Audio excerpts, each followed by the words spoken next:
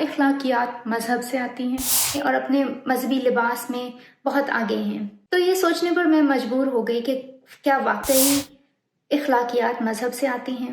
جو لوگ کسی بھی مذہب کے ماننے والے ہیں وہ یہ سمجھتے ہیں کہ خدا یا بہت سارے خداؤں نے انسان کے اندر اخلاقیات ڈال دی ہیں۔ بہت ممکن ہے کہ جو چیزیں ہم آج کل اپنے لیے صحیح سمجھتے ہیں وہ آنے والے کچھ دہائیوں میں یا کچھ سالوں میں ہم ان کو بھی اچھا نہ سمجھیں۔ دوستوں، میں ہوں doctor Madiha Syed and welcome to another episode of Madiha talks. آج کا میرا ٹاپک ہے کیا اخلاقیات مذہب سے آتی ہیں؟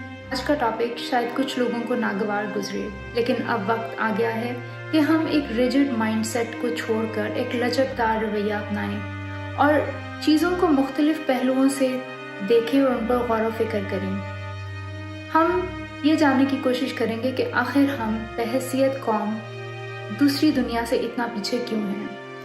2021 میں ٹرانسپیرنسی انٹرنیشنل نے گلوبل کرپشن انڈیکس میں پاکستان کی رپورٹ نکالی اور اس میں پاکستان دنیا کے 180 ممالک میں سے 140ویں نمبر پر آیا، یعنی کہ ایمانداری میں پاکستان باقی دنیا سے بہت پیچھے ہے۔ اگر آپ اس رپورٹ کو رد بھی کر دیں، پھر بھی اگر دیکھا جائے تو ہم کرپشن میں بہت آگے ہیں۔ پاکستان ایک مسلمان ملک ہے اور پاکستانی اپنی مذہبیت کا بہت پرچار کرتے ہیں and they wear their religiosity on sleeves۔ ظاہری طور پر بھی پاکستانی اپنے مذہب میں اور اپنے مذہبی لباس میں بہت آگے ہیں۔ دیکھا جائے تو پاکستان مسلمان ملکوں میں دوسرے نمبر پر ہے، جس میں سب سے زیادہ لوگ حج پر ہر سال جاتے ہیں۔